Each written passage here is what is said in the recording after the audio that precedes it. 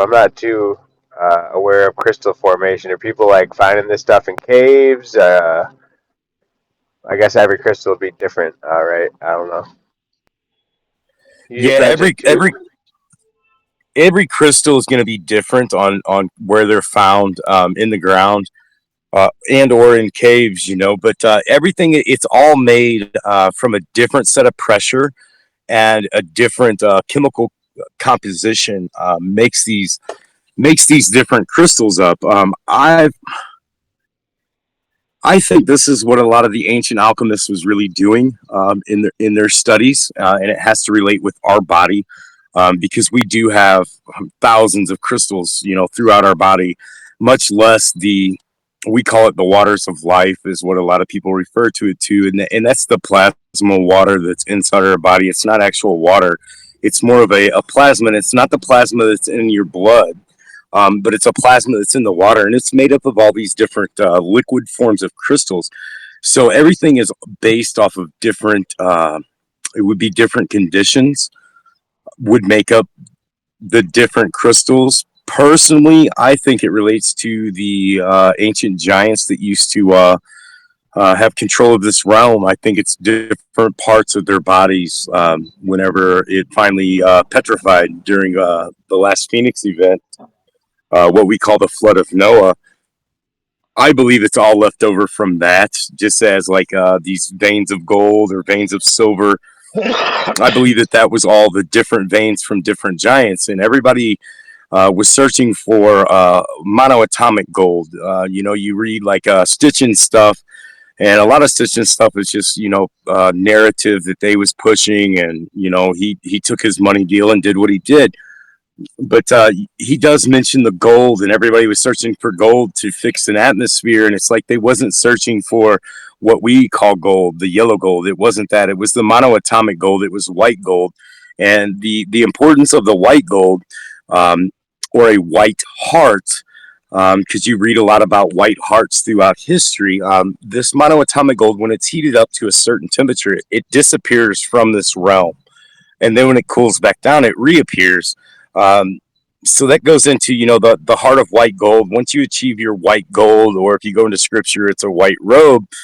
You're essentially leaving 3D, which is third density, not third dimension, and going into the higher dimensions.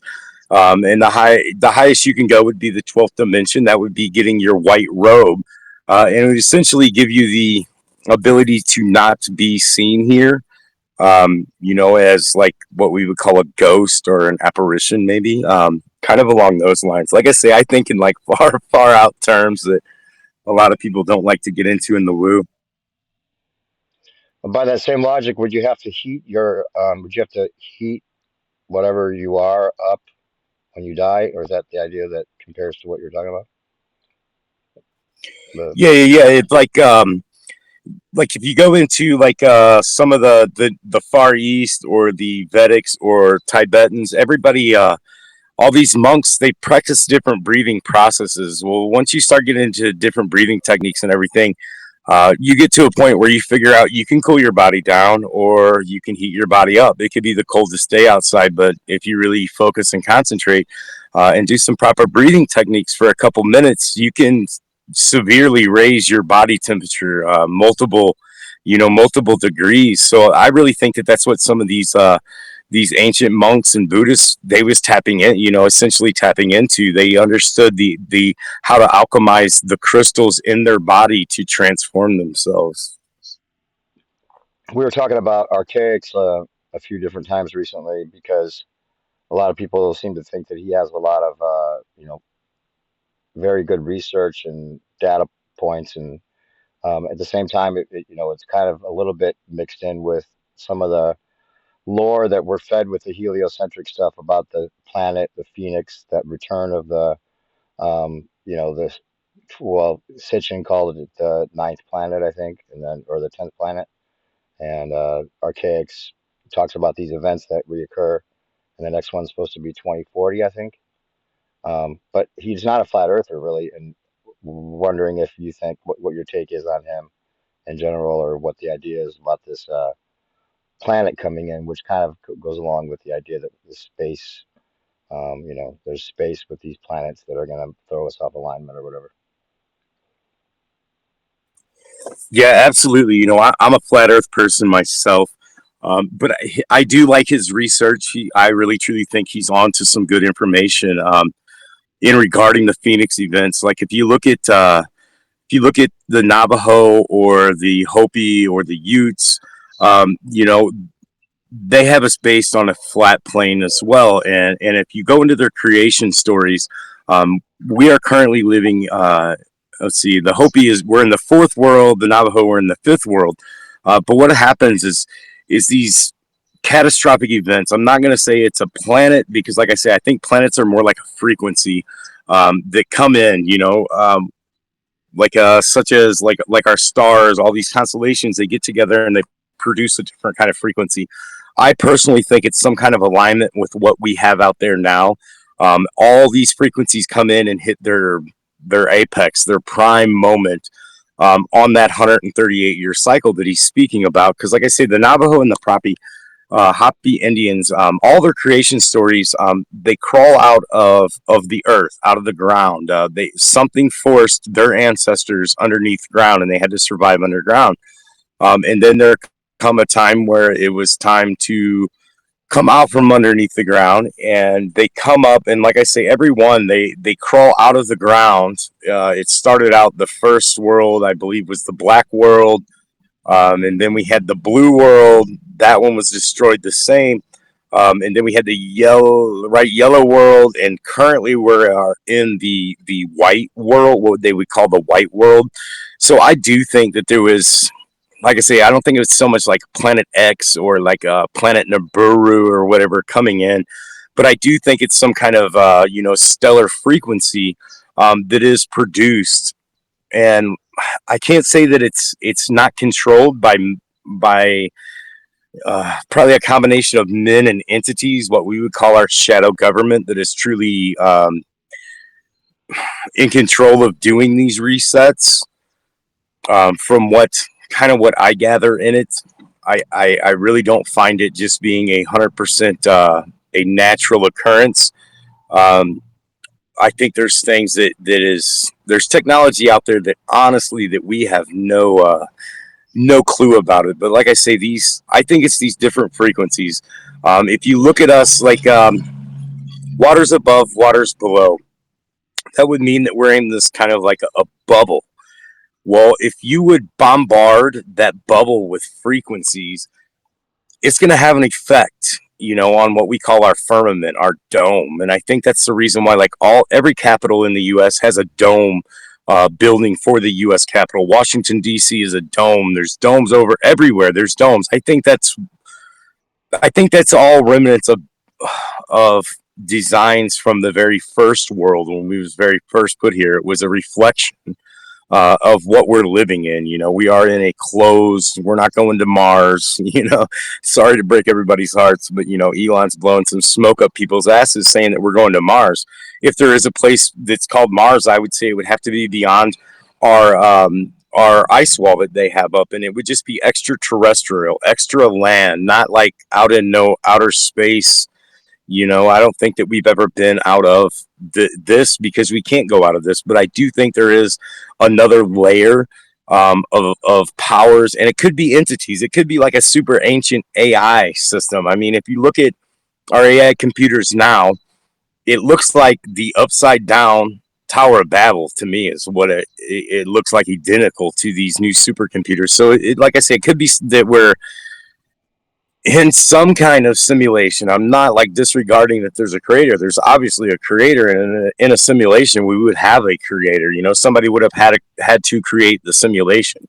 Now, whether that's a flesh and bone person or if it's an entity that's just an energy that's been here for a really, really long time, that's kind of what I lean towards. And I think more of it's going to start coming out because they're going to lose their control over the AI that we have now. I mean, everybody's seen all the different videos where you go in and ask different AIs different questions about 2019 to 2023 on who the president is.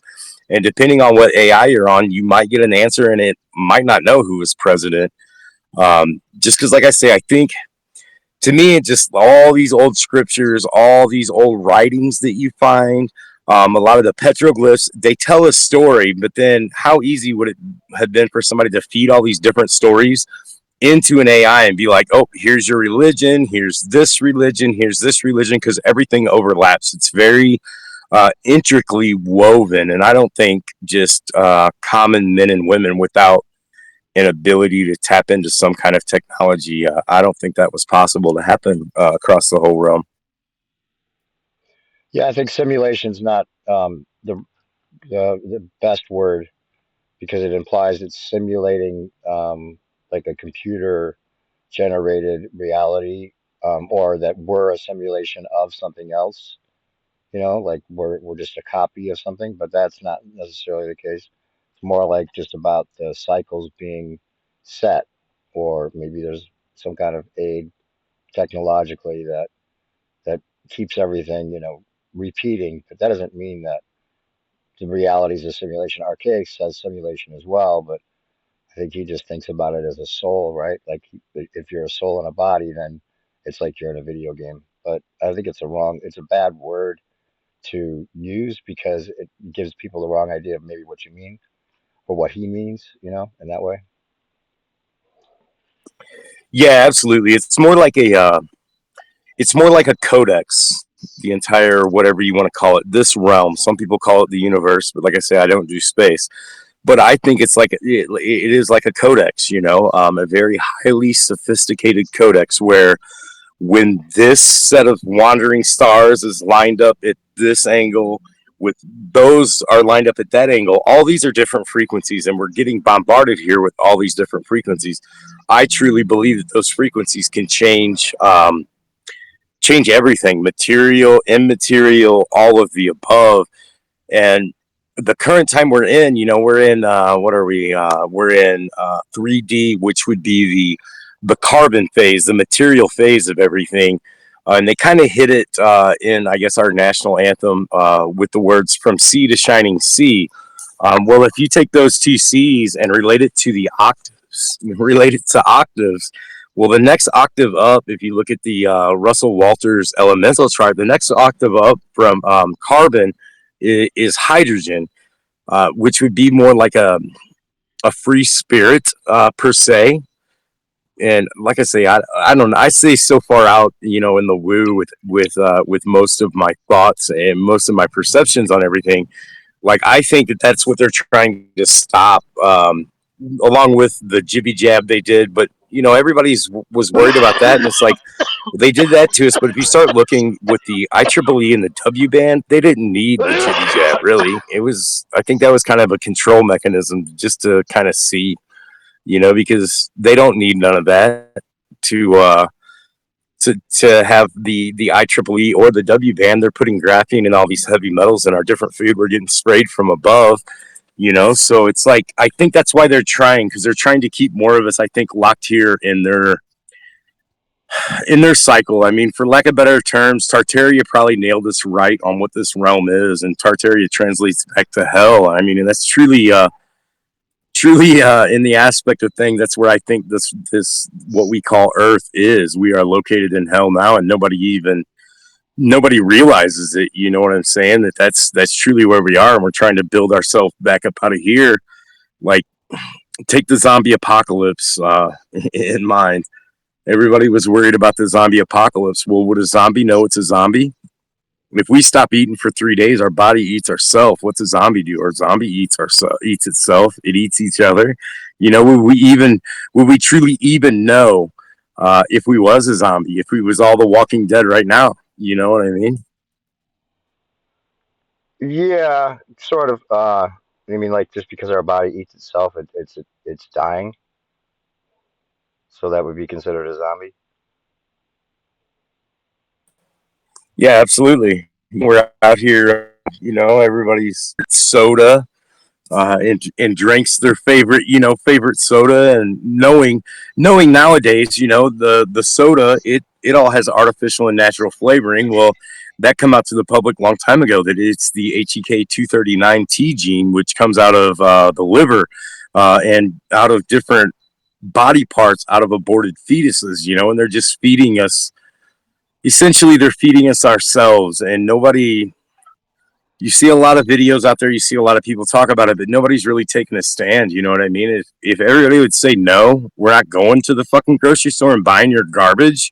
We're not going to participate in these name brand clothes. You know what I mean? It's like I say, I think there's that slim line where we might be zombies and not even know it, just due to the fact that we've been dumbed down for longer than the 250-year reign of America here. This has been going on far longer, and it's seen in more cultures. Like you said, it's the same cycles that just kind of recycle and recycle and recycle.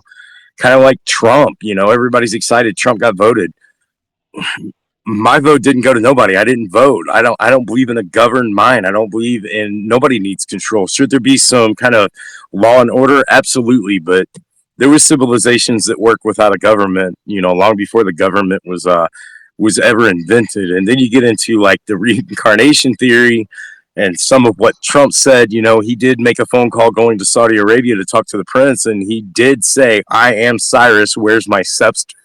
And nobody batted an eye, and they're laughing. You're like, "Oh yeah, he's just joking around." It's like, well, if you look at reincarnation, there is a very high possibility that he is Cyrus or Osiris or Nebuchadnezzar, whichever one you want, whichever name you want to put there. Because if you go through each of those civilizations at that time, it's the same story. Just some of the stuff has been changed just a little bit, and then everybody gets excited because he got voted in. And my feed's been full of that Trump dance. I did make a comment on one earlier, but it's like, everybody sees the ews do their little kissing the black rock and what it symbolizes. And it's like, well, Trump's over here doing his little dance. Well, it looks to me like he's showing everybody, I'm fitting to circle jerk all you motherfuckers.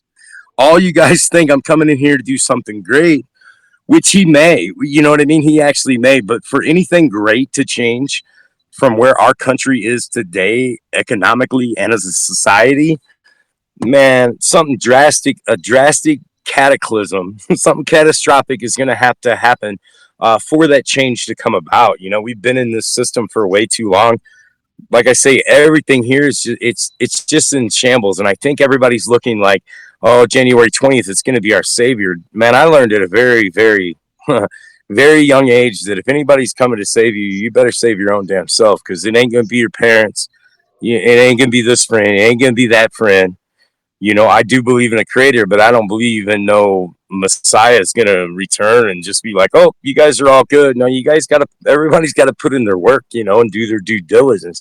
I just think we're headed down a road that it's going to be a reset. I think that's why all this is happening and coming out with all the corruption, because they know, from 2040 to 2046, there's should be a reoccurring Phoenix and Nemesis event happening. So truly, if you had the information knowing that this was coming for 100%, and you was nefarious and you're into all this shit, what do you got to lose right now? At this point in time, truly, what do you have to lose? If that's what we're facing ahead of us, is another Phoenix event, what do you have to lose right now? You don't have anything to lose right now. Everything's on the table. Everybody's worried about, they keep pushing these nuclear weapons. I've never seen a nuclear weapon, anything that's ever confirmed that we truly have them. I mean, all the videos that you see them, from the way they explain to what they do, that's not what you see in the videos. You know what I mean? And the camera shook a little bit, but the camera would have essentially been incinerated into dust, being as close as it was. I don't care what kind of fucking zoom you have to do those old testing pictures. It's like too much stuff doesn't add up with the nuclear thing. And I know there's a lot going on with it now, especially with the shit that's going on in Ukraine and everything. But I just think that's all it's smoke and mirrors to keep the masses, coddled, keep us in our 9 to 5 job. Well, we better go pay taxes. We better go get our driver's license and our license plates for our car and just be good little citizens, because everybody's worried about, oh, this is happening, this is happening. I don't believe none of that shit, dude. I don't think any of it's going on. Honestly, that's just my Yeah, honest opinion. most of the people that look into that, yeah, nukes or a lot of these things, It's just yeah, it's just the exoteric um, play that we're being presented, and then there's the esoteric interpretation. It doesn't seem like they're really worried about everybody waking up and causing a threat. Too bad to say, but I don't think that's their worry. I think it's more this esoteric playing out of what is already scripted that's just going to happen, whether they like it or not, or whether we like it or not. That's just the way it's going to go. To some degree, maybe some variations in there, but yeah, it seems like Trump was definitely he could be even the reincarnation of what you said, Cyrus, or he was there a report of him saying that? Is that something that's just well known that he said that? Give me my scepter back or whatever. Yeah, you can find it on YouTube. He made a call to Saudi Arabia earlier this year, and yeah, he made Yeah. that comment. And then just kind of looking how Elon come on board. Elon's got the Vahara, which is the Zeus's thunderbolt weapon. It's always on his little back desk. There's many pictures of it, and then he's obviously dressed up with his Baphomet suit, and then the whole wool over our eyes with the Statue of Liberty and what the Statue of Liberty truly is and what it truly represents. It was just too well orchestrated. You know what I'm saying? Have you heard For any of it to be what's your theory on the Statue of Liberty?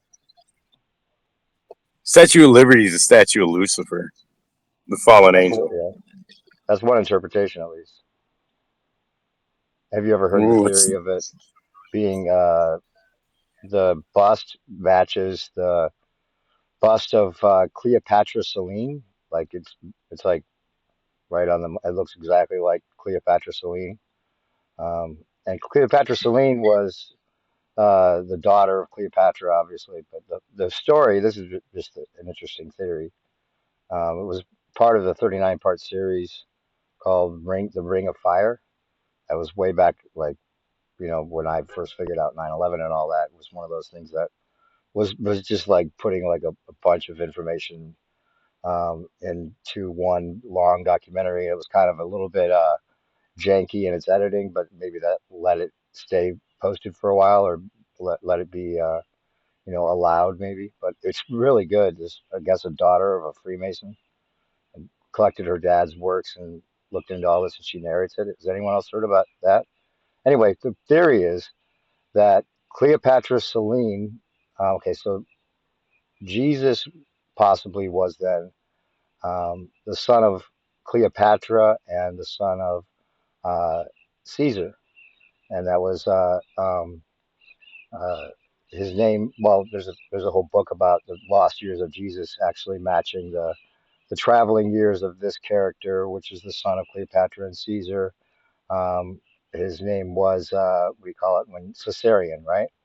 And there's reports that Caesarion died early, but maybe that was fake. And then Caesarion actually was who we're calling Jesus. And then Caesarion went and got the knowledge from the Tibetans and then brought it back to the kingdom, which he would have been the heir to, both kingdoms, Egypt and Rome. He would have been the rightful heir, and he would have been considered the son of God because Caesar was considered a god on earth. And his half sister, Cleopatra Selene, could have been Mary Magdalene because Magda was like a prefix they put onto a name to give it power at that time. So Selene could have been Mary Magdalene. And if he married his half sister, Mary Magdalene, and they had children, then if you look at the Statue of Liberty and it's supposed to be Mary Magdalene or Cleopatra Selene, and she's actually pregnant, then the pregnant Statue of Liberty would be representing the Holy Roman bloodline when you come into the ports, and that's possibly the other secret, or maybe one interpretation that could be on the money, but it's an interesting idea. And then also, she had a half brother, James or whatever, would be the person in the Bible that they're saying that Jesus is half brother.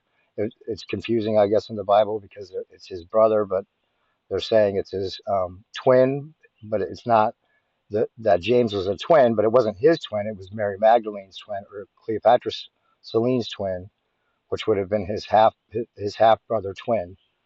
And anyway, that's just an interesting idea. It seems to like answer a few things that are possibly the case. And if he did take over as a pharaoh of both the Roman and you know, Egyptian empires, he would have been the rightful heir to that, and could have been just written into the Bible as the martyr. Who knows? I'm just throwing it out there. Interesting idea there with the Statue of Liberty. I'll put Now I'll that post a that is a video very about that. interesting.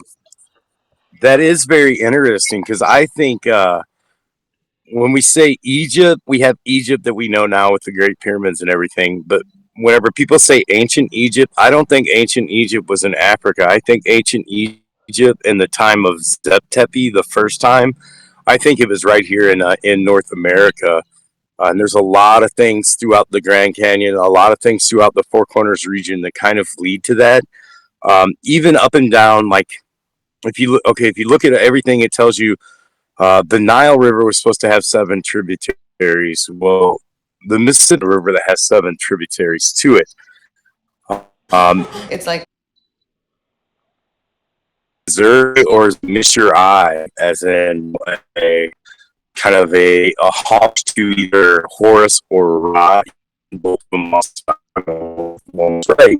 And then if you get down into the Memphis, there is like a giant 60 or 80-foot statue of Athena that's in a park. It's in a building. They used to open the doors to that building at certain times a year and wheel. This statue is on like a where it moves, like a platform that moves, and they would wheel it out in the sunshine on certain days and certain times of the year. And there's a lot more.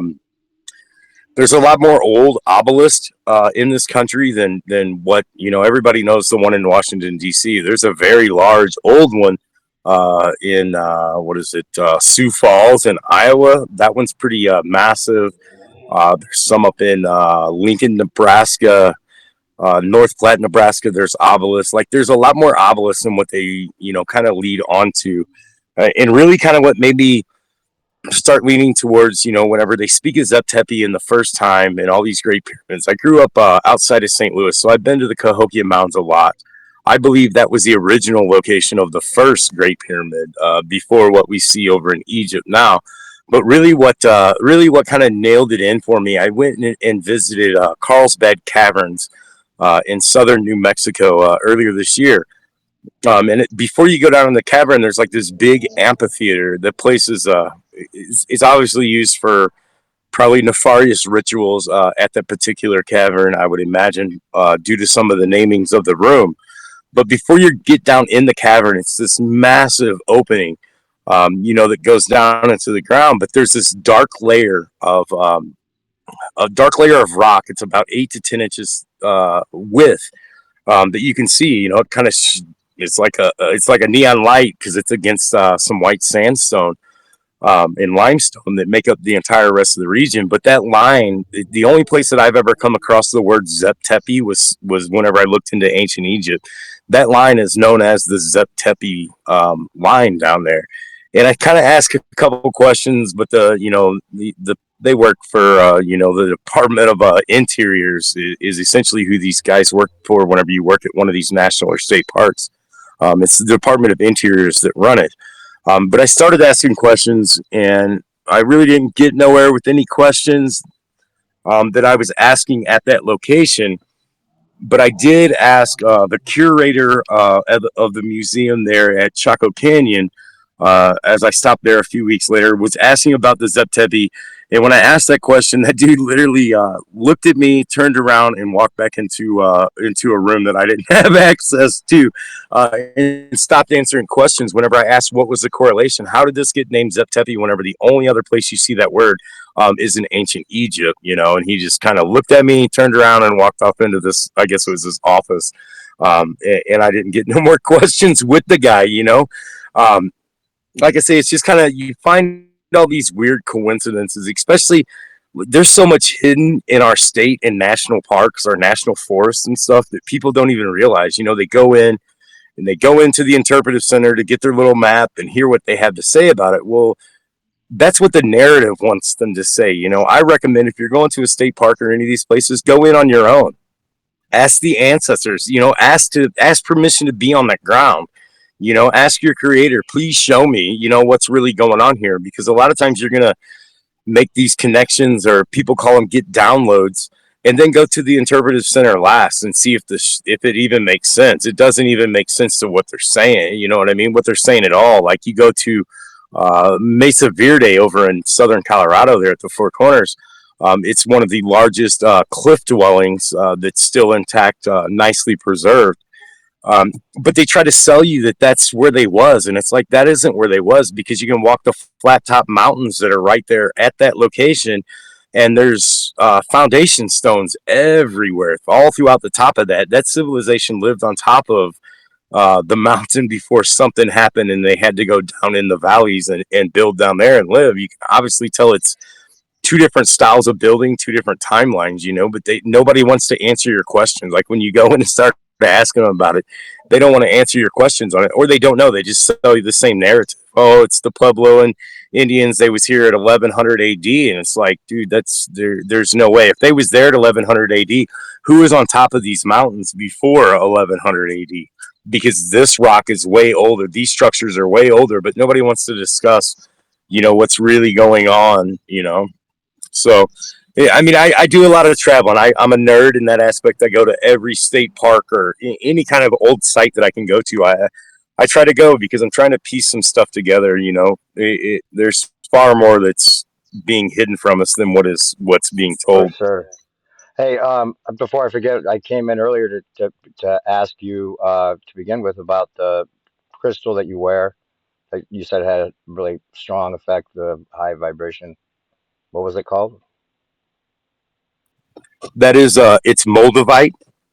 Like I say, Okay. they classify it as a glass and not a crystal. But it's a very interesting one. Very, very. I've had some interesting happenings going on whenever I had that crystal on my person.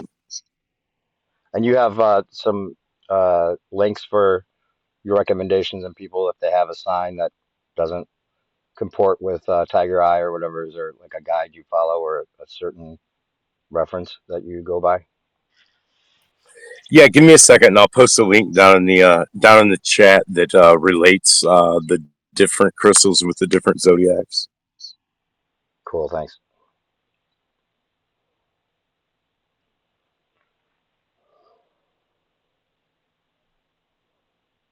Yeah, it seems like if we're waiting for everybody to catch on, then that's not really going to be a reasonable goal or even possibly anything that's going to make a difference.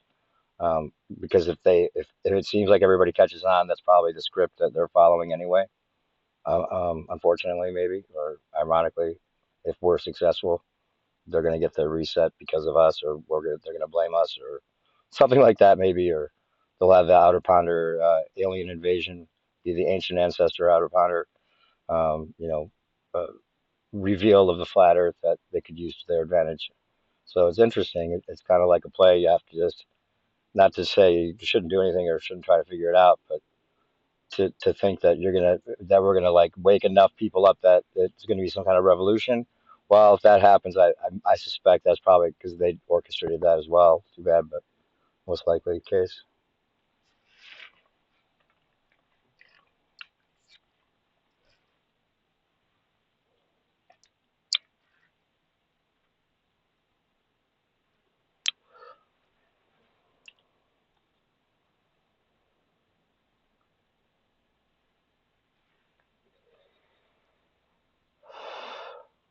But you can just take care of yourself and those around you, and you know discover what can be done about your own situation, rather than having it be like the goal of everyone catching on.